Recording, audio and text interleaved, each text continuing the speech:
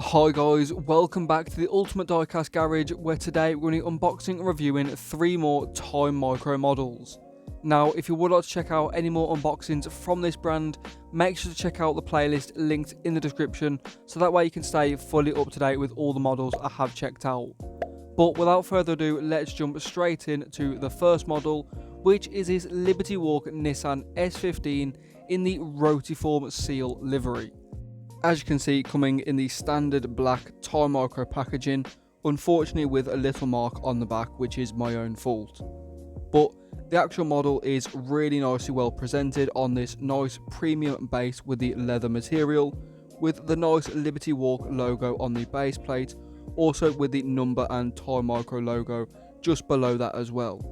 As you can see, the model very nicely presented, especially with the colour scheme gone for the livery. Now, starting with the livery, you can see it obviously is in this matte black colour scheme with the nice white to contrast, which looks really cool with the intricacy of the decals. Now, something I did really like was the fact you can't see the edge of any of the decals on the model, which is something I have had an issue with in the past on other castings from different brands. So I was pleasantly surprised when you couldn't see any of the edges of the decals on this model, which again with the intricacy is really cool. Obviously you can see the design on the fenders and also the roof. You can also see it on the wing as well, which again is really intricate, and the lines are really smooth and crisp as well. You can see on the rear of the model it does have some really great intricacy and detail with them tail lights, which you will see a bit closer up.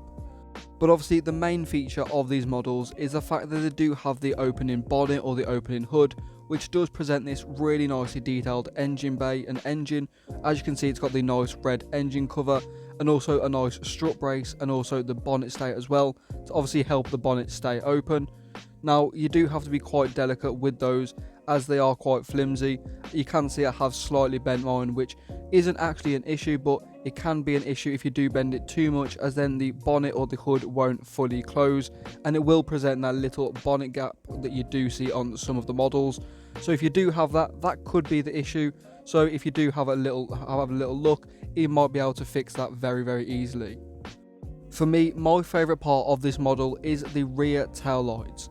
They are probably the most detailed S15 tail lights I have seen on the market.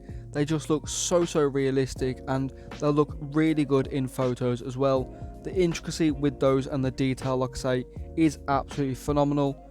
But as you can see, overall the rest of the model is not lacking in detail at all, obviously especially the engine, as you can see. Let me know what you think in the comments down below. What's your favourite part of the model and why? I do try and read all the comments, so please do let me know. But now the second model is this Nissan R32 GTR from Inital D in the anime style livery, and it also comes with a figure too. You can see straight away it's got some nice Inital D packaging with the Inital D logo up front, the Time Micro logo at top, and that black and white colour scheme. And you can see straight away the base is completely different to anything we have seen, with the nice anime style on there as well, with the number at the top, no plaque, just the GTR R32 and the Time Micro printed on the bottom. But again, very cool base design, as you can see, with the Inital D in the background with the very cool anime style, obviously to match the car. Very cool in my opinion.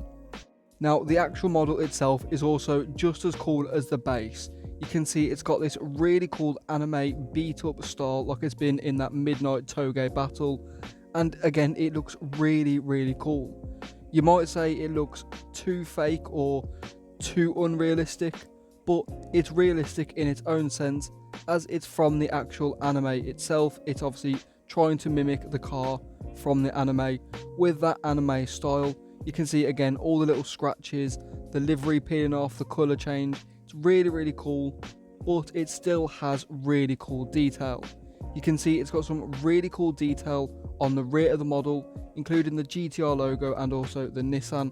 Also the tail lights, again Time Micro do a really good job of the tail lights and headlights with the realism that they do possess there. You can also see that they do have a nice Japanese plate on the front and rear in that anime style, also a bit beat up.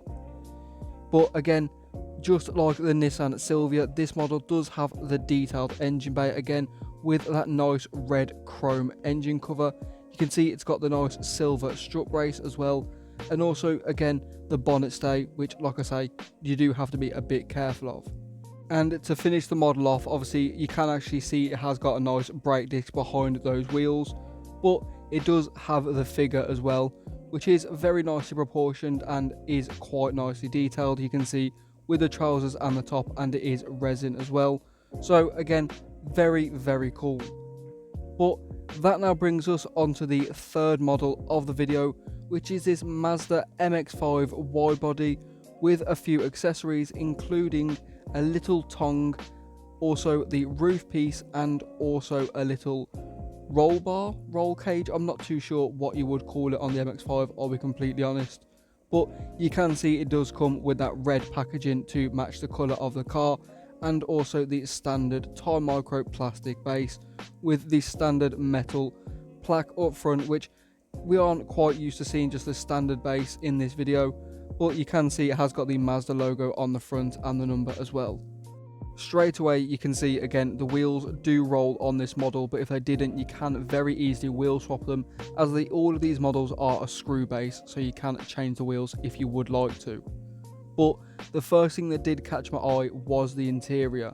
You can see those really, really cool harnesses on them bucket seats, really, really detailed, and they give it that really cool 3D feel or 3D look. And again, really, really cool, like I say, very, very prominent, and they really stand out, giving it some awesome depth in the interior.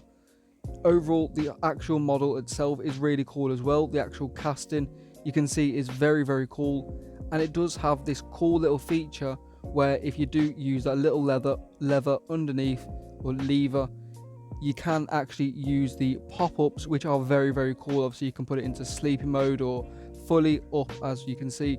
Unfortunately you can't use the winky mod on this car, but you can see the detail in those headlights is absolutely fantastic. Some great depth, and they look super realistic, and obviously they give it that nice classic smiley face on the MX-5.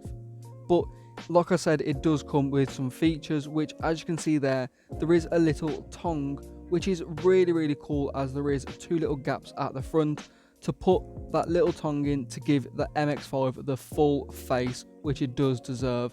That cheeky little smile with the tongue out, very, very cute in my opinion. Let me know what you think in the comments down below. But as you can see there, it has got the roof piece on to complete the full hardtop, and also the roll bar as well, which again I couldn't get to sit quite flush, but you can see very, very cool to even have that feature. Let me know what you think of this model or all of the models in the video down below, as like I say, I do try and read all of the comments. But thank you so much for watching.